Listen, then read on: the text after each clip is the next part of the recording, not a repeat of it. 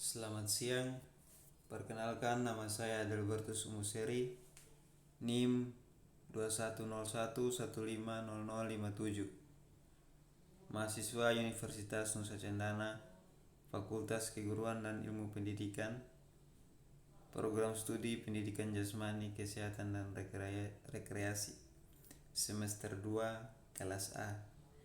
Di sini saya akan menjelaskan sedikit materi tentang unsur-unsur pendukung gerakan yang terampil yang sudah saya rangkum dalam PowerPoint. Baik, unsur-unsur pendukung gerakan yang terampil.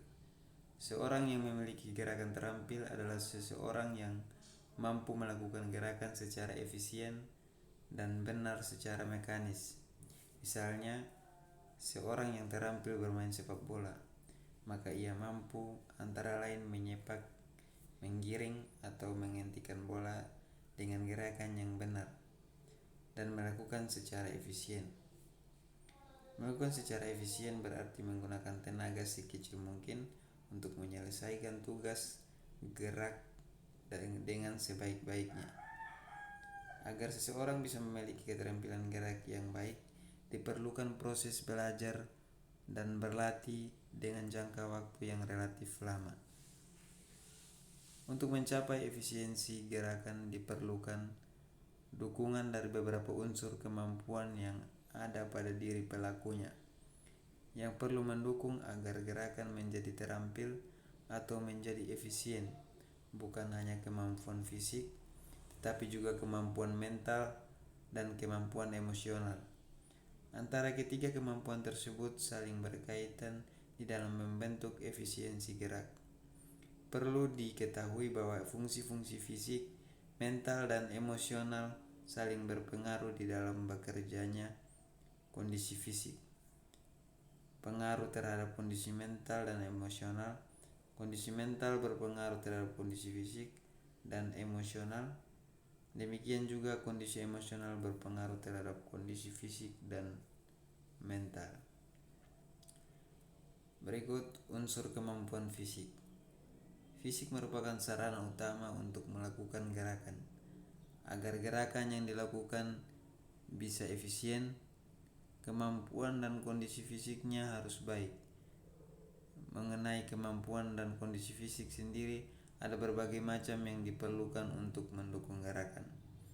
Macam-macam gerakan kemampuan itu adalah sebagai berikut.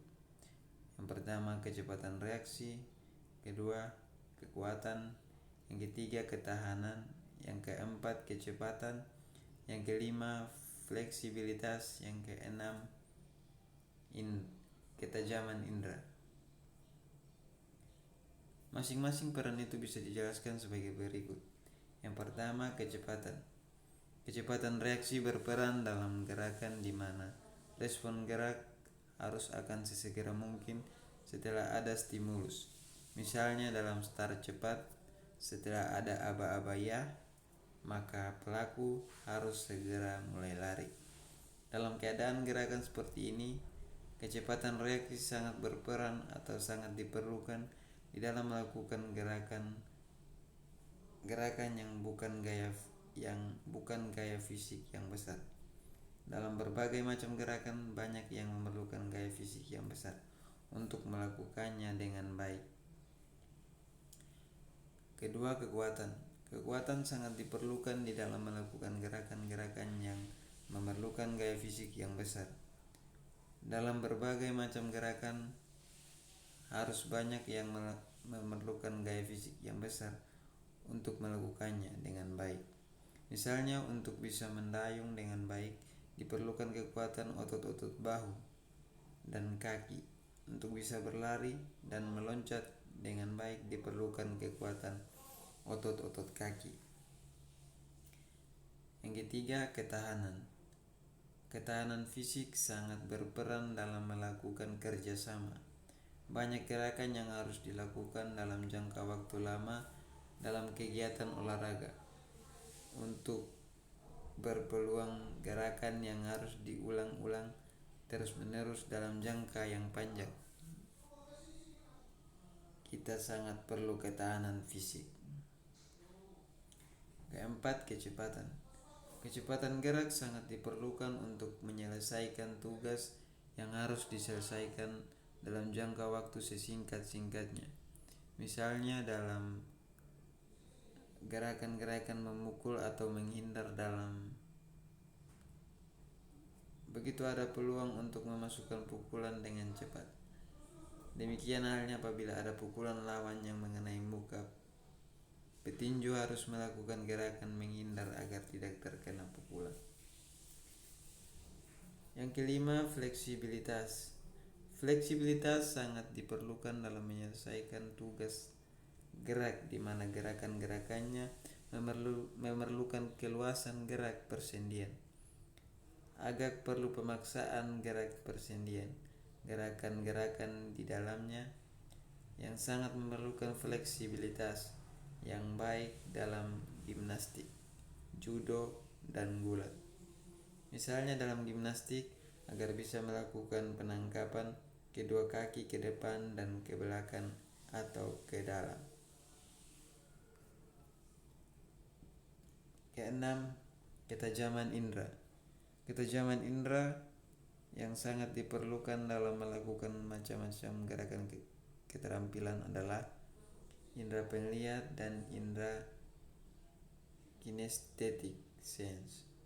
Ketajaman indera penglihat diperlukan untuk menangkap stimulus visual, apalagi bila stimulus visual yang ditangkap bergerak dengan cepat. Misalnya dalam membidik sasaran dalam memanah atau menembak. Di dalam menembak, ketajaman indera sangat diperlukan pada nomor-nomor yang sasarannya bergerak. B. Kemampuan mental. Mental adalah pikiran, jadi kemampuan mental berarti kemampuan berpikir. Di dalam kemampuan mental ini termasuk juga kemampuan tersebut seperti telah digambarkan di depan bahwa fungsi mental erat dengan fungsi fisik dan fungsi emosi. Dengan demikian, mental juga berpengaruh terhadap kemungkinan terciptanya gerakan yang efisien. Kemampuan mental yang baik bisa mendukung gerakan yang efisien. Kemampuan apa saja yang termasuk di dalam kemampuan mental sebagai berikut. Yang pertama, kemampuan memahami gerakan yang akan dilakukan. Kedua, kecepatan memahami stimulus. Yang ketiga, kecepatan membuat keputusan. Yang keempat, kemampuan memahami hubungan spesial. Yang kelima, kemampuan menilai objek yang bergerak. Yang keenam, kemampuan menilai irama. Yang ketujuh, kemampuan mengingat gerakan lampau.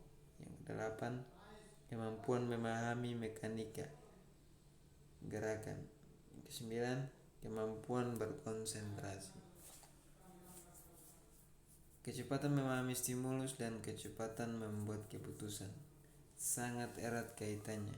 Kedua macam kemampuan ini penting dalam kaitannya dengan pemberian respon terhadap stimulus yang diterima. Apabila stimulus cepat dipahami, kemudian keputusan cepat, maka responnya juga bisa dengan cepat diberikan. Misalnya dalam bermain voli, ada bola yang melambung tinggi di dekat net. Seorang pemain depan, bagi pemain tersebut bola yang melambung ke arahnya adalah merupakan stimulus yang seharusnya dipahami. Ia harus cepat memahami bahwa ada bola yang datang yang bisa di-smash. Kemudian harus mengambil keputusan untuk melakukan smash. Respon yang kemudian dibuat adalah melakukan gerakan awalan dan meloncat, memukul bola pada saat bola masih berada pada ketinggian di atas net. Kemampuan memahami hubungan spesial adalah kemampuan untuk menaksir jarak antara suatu objek dengan dirinya atau suatu objek dengan objek yang lain. Dalam contoh mengenai smash dalam bola voli, mengenai kemampuan memahami hubungan spesial juga di situ pemain harus bisa menaksir jarak antara bola dan ketinggian bola, sehingga ia bisa menyesuaikan berapa langkah buat dilakukan untuk bisa mendapat posisi yang ideal untuk memukul bola. Kemampuan menilai irama meliputi unsur menilai waktu lamanya senam berirama. Misalnya dalam senam irama atau melakukan gerakan sesuai dengan lagu seperti senam kesegaran jasmani. Kemampuan mengingat gerakan yang pernah dilakukan. Penting untuk keterampilan gerak.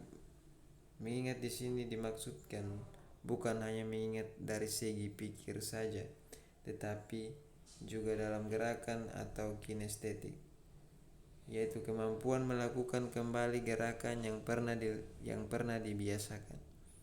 Dengan pengertian ini menjadi lebih jelas bahwa kemampuan gerakan adalah penting karena keterampilan gerak terbentuk berbagai unsur kemampuan gerak yang perlu dikuasai sebelumnya. Kemampuan memahami keterampilan yang harus dilakukan dengan bentuk-bentuk gerakan yang benar, maka otak bisa memberikan gerak kepada sistem penggerak tubuh untuk melakukan gerakan dengan bentuk yang benar. Kemampuan berkonsentrasi sangat penting dalam pelaksanaan keterampilan yang memerlukan keseriusan, kecermatan, dan pengerahan daya yang dimiliki. Misalnya di dalam persiapan melakukan loncat indah, senam prestasi, gimnastik, atau angkat besi. Tanpa konsentrasi seseorang tidak akan bisa menyelesaikan tugasnya dengan sebaik-baiknya. C. Unsur kemampuan emosional. Seperti halnya unsur fisik dan mental, unsur emosional juga adalah penentu penampilan gerakan yang efisien. Kemampuan dan kondisi emosional yang diperlukan untuk mendukung kemampuan yang efisien adalah sebagai berikut. Yang pertama, kemampuan mengendalikan emosi dan perasaan. Kedua, tidak ada gangguan emosional. Yang ketiga, merasa perlu dan ingin mempelajari atau melakukan. Keempat, memiliki sikap yang positif terhadap prestasi gerak. Merasa perlu dan ingin untuk mempelajari atau melakukan gerakan merupakan motivasi internal atau larangan dari dalam diri untuk berbuat dalam bentuk mempelajari atau melakukan gerakan. Apabila seseorang berbuat karena adanya dorongan dari dalam dirinya sendiri, maka ia akan cenderung berbuat dengan sebaik-baiknya karena tidak merasa terpaku pada seseorang. Yang berbuat secara sukarela cenderung akan menghasilkan sesuatu yang lebih baik dibandingkan dengan yang dihasilkan oleh seseorang yang berbuat karena terpaksa. Sikap yang positif terhadap prestasi bisa menimbulkan kecenderungan berbuat baik untuk berusaha mencapai prestasi. Dengan demikian, kemungkinan untuk mencapai prestasi yang baik menjadi terbuka. Tapi ada sikap yang positif terhadap prestasi, kemungkinan itu menjadi tertutup. Kemampuan mengendalikan diri memberikan kemungkinan dari seseorang untuk berbuat sesuai dengan seharusnya yang dilakukan, tidak berbuat di luar batas. Seseorang yang mengendalikan dirinya akan lebih mudah untuk mengikuti aturan-aturan, termasuk mengikuti aturan tentang bagaimana agar dirinya bisa menjadi terampil. Kesimpulan, gerakan yang terampil bisa terjadi karena dukungan dari 3 macam unsur, yaitu unsur fisik, mental, dan emosional. Ketiga unsur itu harus diorganisasi dengan baik agar gerakan yang terampil bisa dilakukan. Kemampuan fisik yang diperlukan meliputi waktu reaksi, kekuatan, ketahanan, power, fleksibilitas, ketajaman indera, dan bentuk tubuh yang sesuai dengan gerakan yang dilakukan. Kemampuan mental yang diperlukan meliputi pemahaman keterampilan, kecepatan memahami stimulus, kecepatan membuat keputusan, kemampuan memahami hubungan spesial, kemampuan menilai objek yang bergerak, kemampuan menilai irama, kemampuan mengingat gerakan lampau, kemampuan memahami mekanika gerakan, dan kemampuan berkonsentrasi. Kondisi emosional yang diperlukan meliputi tidak ada gangguan emosional, merasa perlu mempelajari atau melakukan gerakan, bersikap positif terhadap prestasi gerak, dan mampu mengendalikan emosi. Sekian video presentasi hasil rangkuman dari saya. Jika ada kata atau tulisan yang tidak jelas, mohon dimaklumi. Sekian dan terima kasih.